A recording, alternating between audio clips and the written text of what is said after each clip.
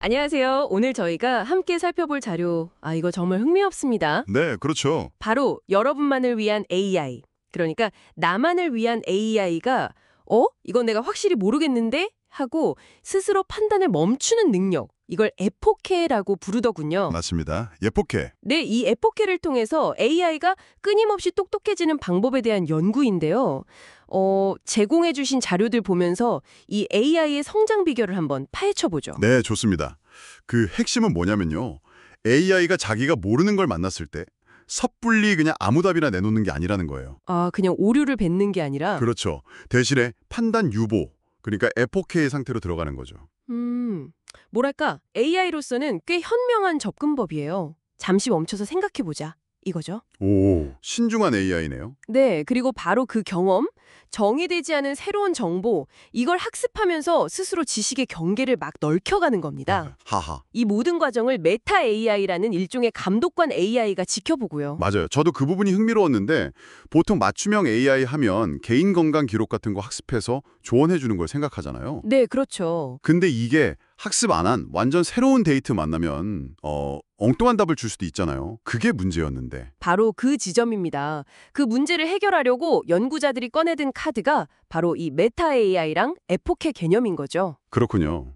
그러니까 AI가 이건 내가 확신할 수 없다 싶으면 일단 멈추고. 네, 판단 중지. 그리고 이 정의되지 않은 샘플을 그냥 버리는 게 아니라 새로운 학습 기회로 삼는다는 거, 이게 중요해요. 그 경험을 통해 더 똑똑해지는 거군요. 네, AI를 훨씬 더 신뢰성 있고 유연하게 만들어주는 거죠. 좋아요. 그럼 AI가 판단을 멈춘다는 건 알겠는데 대체 어떤 신호, 어떤 기준으로 잠깐 하고 멈추는 걸까요? 기준이 있겠죠. 그럼요. 중요한 기준이 두 가지가 있습니다. 첫째는 신뢰도예요. 신뢰도요? 네, AI가 어떤 분류로 판단을 내릴 때 그 확신도가 아주 높아야 해요. 자료에서는 예시로 90% 이상을 들었더라고요. 90%? 꽤 높은데요. 그렇죠. 예를 들어서 오토바이 사진을 보고 학습된 차량 카테고리와의 유사도를 계산했는데 한 66% 나왔다. 이러면 90%에 못 미치니까 일단 정의되지 않음으로 판단하고 멈추는 거죠. 아하, 확실하지 않으면 일단 보류. 네, 그리고 두 번째 기준은 일관성 검사입니다. 일관성이요? 이건 뭐죠? 이건 여러 AI 모델을 동원하는 거예요. 같은 샘플을 보여주고 여러 모델이 전부 같은 예측을 내놓는지 확인하는 거죠. 여러 명이 같은 답을 내는지 보는 거군요. 네, 맞아요. 자료에서는 9개 모델을 썼다고 하더라고요. 만약 모델들끼리 의견이 막 갈린다. 그러면 이 샘플은 뭔가 불확실하다, 신뢰하기 어렵다 이렇게 보고 에포케를 실행하는 거죠. 오, 약간 집단지성 같은 느낌이네요. 네, 그런 셈이죠. 정의되지 않은 샘플에 대해서는 모델들의 예측이 좀 불안정하게 나오는 경향이 있거든요. 그걸 역이용하는 방식이에요. 알겠습니다. 신뢰도랑 일관성, 이 두 기준으로 멈춘다는 건 이해했어요. 자, 그러면 그 멈춘 지점에서 AI는 대체 어떻게 배우고 성장하는 거죠? 여기서 그 3단계 레이블 시스템 이야기가 나오는 것 같던데요. 네. 아주 중요한 부분입니다. 데이터를 조부모, 부모, 자식 이렇게 계층적으로 분류한다는데 언뜻 보면 그냥 카테고리 나누는 거 아닌가 싶기도 하고요. 이게 왜 그렇게 특별한가요? 이게 그냥 단순 분류가 아니에요. 비유하자면 우리가 사물을 볼 때 저건 생명체 같은데? 4발 달린 동물이구나. 자세히 보니까 고양이네. 이렇게 단계적으로 알아가는 과정이랑 비슷하다고 보시면 돼요.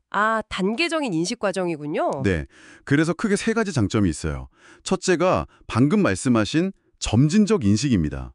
넓은 범위, 그러니까 조부모 레이블부터 시작해서 점점 좁은 범위, 자식 레이블로 단계를 밟아가면서 인식의 정확도를 높이는 거죠. 단계를 밟으면서 확신을 더해가는군요. 그렇죠. 둘째는 인과관계 이해에 도움이 돼요. 이게 중요합니다. 인과관계요? 네, 예를 들어서 건강 데이터라고 치면 여러 가지 세부적인 이상 증상들, 이게 자식 레이블이라면 이걸 묶어서 어떤 특정 증후군, 예를 들어 대사증후군 같은 부모 레이블로 보고요.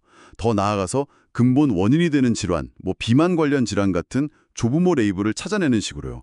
데이터들 사이의 관계를 구조적으로 이해하게 되는 거죠. 와, 되게 체계적이네요. 단순히 증상만 보는 게 아니라 원인까지 파악하려고 하는 거군요. 맞습니다.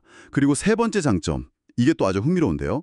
부분 인식이 가능해진다는 점이에요. 부분 인식이요? 그건 어떤 거죠? 예를 들어? 네, 예를 들어 AI가 무당벌레라는 그 구체적인 자식 레이블은 학습한 적이 없어서 잘 몰라요. 네. 그래도 그 상위 레이블인 동물, 그리고 곤충까지는 인식할 수 있다는 거죠. 아, 그러니까 이게 정확히 무당벌레인지는 모르겠는데 아무튼 동물이자 곤충은 확실해. 이렇게 말할 수 있다는 거네요. 모르는 건 모른다고 하면서도 아는 선까지는 최대한 알려주는 거네요. 야, 이거 똑똑한데요? 바로 그겁니다. 이게 정말 중요해요. 학습 데이터에 예를 들어 흰색 북극여우만 잔뜩 있었어요. 네네. 근데 얘가 털갈이하기 전에 어두운 색 북극여우를 딱 만난 거예요. 처음 보는 거죠. 그렇죠. 다르니까. 그러면 AI는 이건 내가 아는 북극여우랑 다른데? 하면서 정의되지 않음으로 판단을 내릴 수 있어요. 하지만 동시에 상위 개념인 동물, 포유류까지는 인식할 수 있다는 거죠. 와, 대단하네요. 모르는 부분은 남겨두고 아는 부분만 딱 인식해서 활용한다. 이것이 AI가 스스로 확장하는 핵심 열쇠군요. 정확합니다. 그래서 이 모든 과정에 합쳐져서 AI가 마치 나무처럼 자라난다는 비유가 나오는 거예요. 아, 그 비유 저도 봤어요. 정말 딱 와닿더라고요. 네. 비유가 아주 적절하죠. 완전히 새로운 종류의 데이터, 그러니까 전에 본 적 없는 그런 걸 만나면 나무에 새 뿌리가 생기듯이 조부모 레이블이 새로 생기는 거고요. 네. 기존에 알던 범주 안에 속하는데 뭔가 세부적으로 새로운 걸 발견하면 새 가지가 돋아나듯이 자식 레이블이 생기거나 아니면 새 잎이 돋아나듯이 새로운 샘플 데이터가 추가되는 것을 비유할 수 있는 거죠. 결국은 그러니까 우리 사용자가 일상에서 마주치는 새로운 경험들이 AI를 계속 키우는 거네요. 맞습니다. 그렇게 AI가 계속 진화하면서 사용자에게 점점 더 최적화된, 더 잘 맞는 지능을 제공하는 것. 이게 이 연구의 궁극적인 목표라고 할 수 있습니다. 아, 오늘 살펴본 이 자료는 AI가 단순히 주어진 데이터를 처리하는 기계를 넘어서는 가능성을 확실히 보여주는 것 같습니다. 자신의 한계를 알고 또 3단계 레이블 같은 체계적인 방법으로 배우고 사용자에게 맞춰서 함께 성장하는 파트너가 될 수 있다는 거잖아요. 네, 그렇죠. 특히 그 메타 AI 감독관이 신뢰도랑 일관성을 딱 검증하면서 신중하게 판단하고 또 그 경험으로 더 똑똑해지는 모습이 정말 인상 깊었습니다. 맞습니다.